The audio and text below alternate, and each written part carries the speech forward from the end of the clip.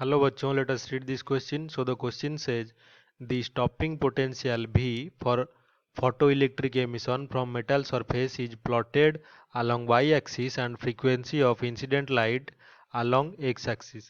तो हमने x और y एक्सिस में स्टॉपिंग पोटेंशियल और इंसिडेंट लाइट का जो फ्रीक्वेंसी है उसको प्लॉट किया है.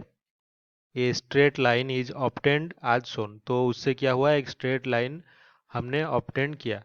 Planks constant is given by. तो प्लैंक्स कांस्टेंट जो एच होता है उसको हम कैसे एक्सप्लेन कर सकते हैं इस ग्राफ के माध्यम से.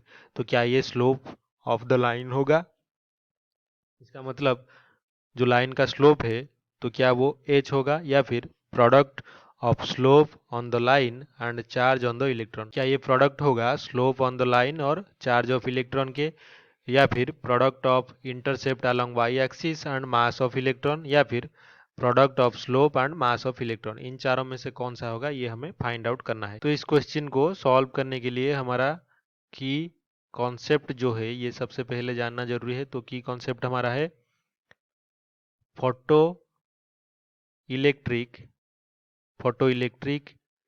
इक्वेशन. तो फोटो इलेक्ट्रिक इक्वेशन क्या होता है, जो इंसिडेंट लाइट का एनर्जी होता है एच न्यू, ये इज इक्वल्स टू होता है work function of metal plus kinetic energy maximum of the ejected electron. तो ये इक्वेशन हम यूज करते हैं फोटो इलेक्ट्रिक इफेक्ट को एक्सप्लेन करने के लिए. तो इसको हम सिंपली ऐसे भी लिख सकते हैं कि h nu is equals to work function W plus e V naught. तो भी नॉट यहाँ पे क्या है, ये हमारा स्टॉपिंग पोटेंशियल है.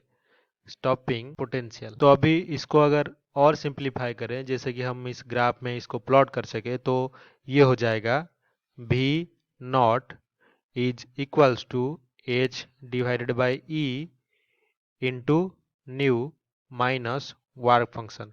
तो ये है हमारा इक्वेशन 1. तो हमें पता है कि जो ग्राफ हमने प्लॉट किया है स्टॉपिंग पोटेंशियल, और ये वाई एक्सिस में हमारा स्टॉपिंग पोटेंशियल है भी नॉट, और एक्स एक्सिस में हमारा क्या है फ्रीक्वेंसी न्यू. तो ये हमें क्या दे रहा है, एक स्ट्रेट लाइन दे रहा है.